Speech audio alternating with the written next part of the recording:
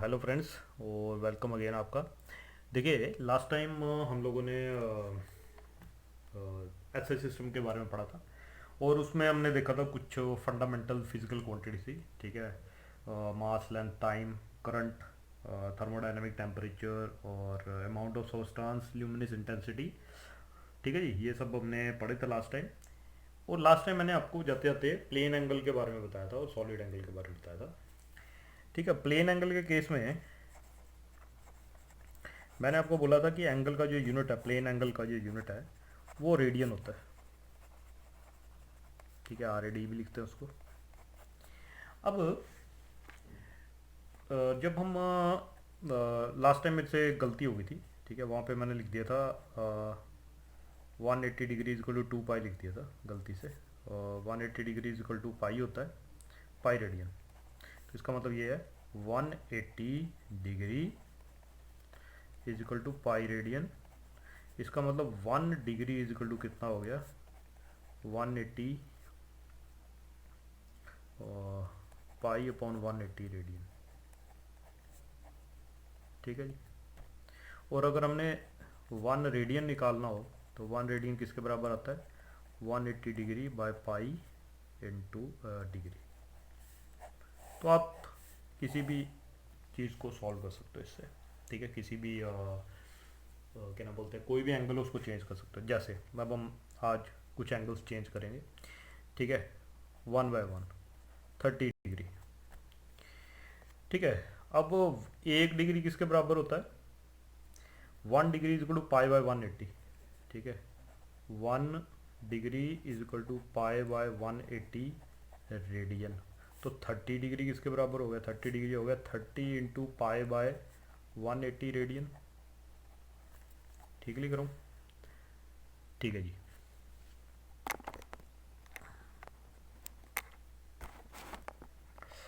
ठीक है जी। अब ये कैंसिल हो गया तो ये क्या बन गया, 30 डिग्री को इसका मतलब हम लिख सकते हैं पाई बाय 6 रेडियन। आमतौर पे आप बुक्स में देखोगे वहाँ पे रेडियन नहीं लगाते आगे, वो ऑब्वियस ही होता है। ठीक है, लिखने की ज़रूरत नहीं। दूसरा 60 डिग्री, 60 डिग्री को कैसे लिख सकते हैं, 60 degree is equal to 60 into pi by 180 radian. और ये कितना हो गया, पाई बाय 3। ऐसे ही 45 डिग्री जो होता है वो पाई बाय 4 होता है। ऐसे ही 90 डिग्री जो होता है वो हो गया आपके पास पाई बाय 2।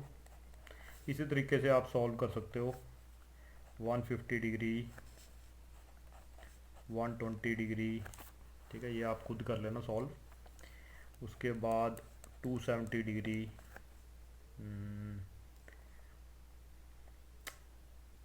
ठीक है, इसी तरीके से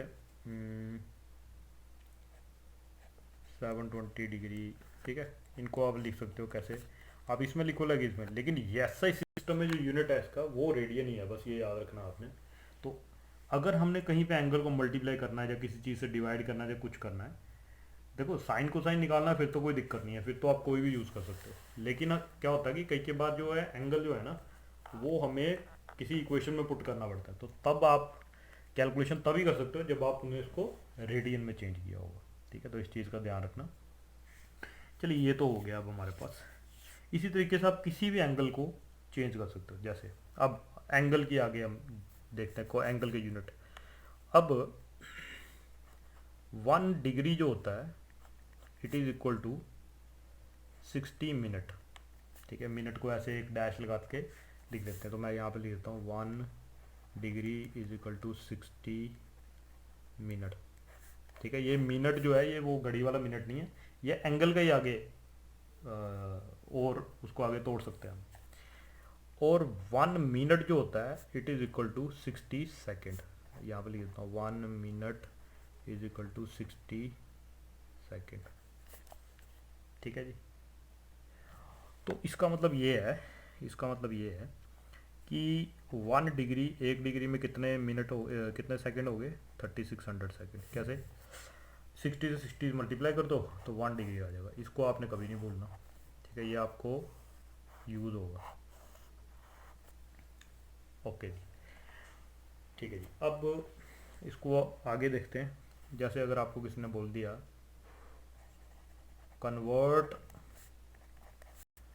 1 minute into 1 second into radian, कि 1 सेकेंड को रेडियन में चेंज करो।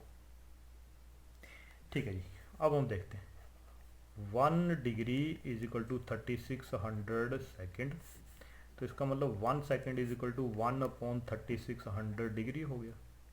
और डिग्री के नीचे आमतौर पे आप बुक में देखो तो ऐसा बार लगाया होगा, वो एक्चुअली डिस्टिंग्विश करने के लिए कि ये पावर नहीं है। ठीक है जी, अब 1 मिनट में इतने डिग्री हैं। ठीक है, 1 डिग्री जो है वो किसके बराबर होता है, π/180 रेडियन। तो इसका मतलब 1/3600 डिग्री वो किसके बराबर आया, 1/3600 π/180 रेडियन। ठीक है जी, ठीक है, 1 डिग्री इसके बराबर था तो 1/3600 डिग्री इसके बराबर हो जाएगा, और 1/3600 डिग्री किसके बराबर है, वही तो 1 सेकेंड है। तो इसका मतलब 1 सेकेंड जो है वो आप इसको सॉल्व करोगे तो वो आ जाएगा π/36 इंटू 18 इंटू 10⁻³ रेडियंस। को सॉल्व करोगे आप, करके चेक करना। और प्लीज़ प्लीज़ प्लीज़ 11th और 12th में बिल्कुल कैलकुलेटर यूज़ मत करना, सारी की सारी कैलकुलेशन हाथ से करना। कोई किसी भी टेस्ट में कैलकुलेटर अलाउड नहीं है, और उसकी अगर प्रैक्टिस नहीं की तो फिर एग्ज़ाम में कोई क्वेश्चन नहीं होगा, इसलिए बिना कैलकुलेटर के सारी कैलकुलेशन करना। ठीक है, इसी तरीके से कई बार ऐसा क्वेश्चन आता है,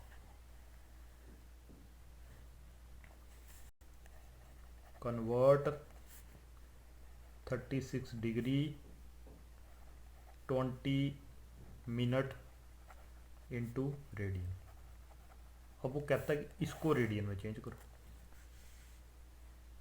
ठीक है जी, अब इसको रेडियन में चेंज करने के लिए क्या करना चाहिए हमारे को, ये जो 20 मिनट है ना, इसको हम डिग्री में चेंज कर देते हैं। तो क्या हम इसको ऐसे लिख सकते हैं, 36 डिग्री 20 मिनट को क्या हम ऐसे लिख सकते हैं, 36 डिग्री प्लस, अब 20 सेकंड को हम चेंज कर सकते हैं किस में, आप देखिए 1 second is equal to 1/60 degree. यहाँ से अगर हम देखें तो 1 सेकेंड इज इक्वल, अगर 1 डिग्री 60 मिनट के बराबर है तो 1 मिनट 1/60 डिग्री के बराबर हो गया। ठीक है, तो 20 मिनट किसके बराबर होंगे, 1/60 इंटू 20, तो 20 मिनट किसके बराबर हो गए, 20/60 डिग्री। अब दोनों डिग्री में चेंज हो गए। ठीक है, ये कैंसल, ये बन गया 36.33 डिग्री। ठीक है, अब एक बार ये डिग्री में चेंज हो गया तो फिर तो बड़ा इजी हो गया, फिर तो कोई दिक्कत ही नहीं है। अब इसको फिर वो फार्मूला लगा के आप क्या कर सकते हो, चेंज कर सकते हो किसमें, रेडियन में। ठीक है जी, इसी तरीके से ऐसा भी हो सकता है कि आपको ऐसे बोल दिया convert 75 degree 25 minute and 17 second into radian. अब आप बोलोगे ऐसी कॉम्प्लिकेटेड कैलकुलेशन कहाँ पे यूज़ होती है। देखिए जी ऐसा है, अब आप जब 11th क्लास में आए हो, अब आगे आगे फिजिक्स मुश्किल होती जाएगी। इंस्ट्रूमेंट्स कई ऐसे होते हैं जो डिग्री से, मिनट से, सेकंड तक की वैल्यू निकाल लेते हैं। तो ऐसे क्वेश्चन में आपको फिर क्या करना पड़ेगा, आपको इसको भी डिग्री में चेंज करना है, इसको भी डिग्री में चेंज करना, और तीनों को ऐड कर देना, और फिर आप मल्टीप्लाई करके डिवाइड करके आंसर निकाल सकते हो। ठीक है, तो ये आपका जी होमवर्क है 3rd। ठीक है, और मैं देता हूँ आपको, convert 2 radian into degrees, convert 37 degree 52 minute 21 second into radian,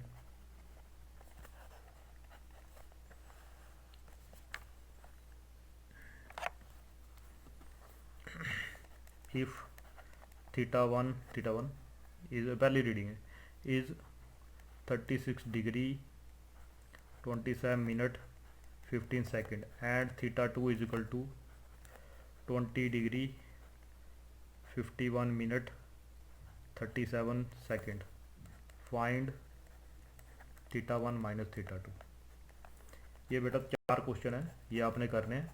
आप इसको वीडियो को पॉज करके क्वेश्चन नोट करके और फिर करना, और मुझे व्हाट्सएप पे या नीचे कमेंट सेक्शन में मुझे इसके सोल्यूशन या आंसर जो है वो लिख के भेजने हैं आपने, ठीक है। ये आपका काम है और यही आपका होमवर्क है, ठीक है। तो फिर मिलते हैं अगले लेक्चर में। अगले लेक्चर में हम इससे आगे जाएंगे और देखेंगे अलग अलग फिजिकल क्वांटिटीज़ को कैसे मेज़र किया जा सकता है, लेंथ को कैसे मेज़र करते हैं, मास को कैसे मेज़र करते हैं, वेट टाइम को कैसे मेज़र करते हैं, वन बाय वन हम उसकी स्टडी करेंगे, ठीक है जी। तो मिलते हैं अगले लेक्चर में।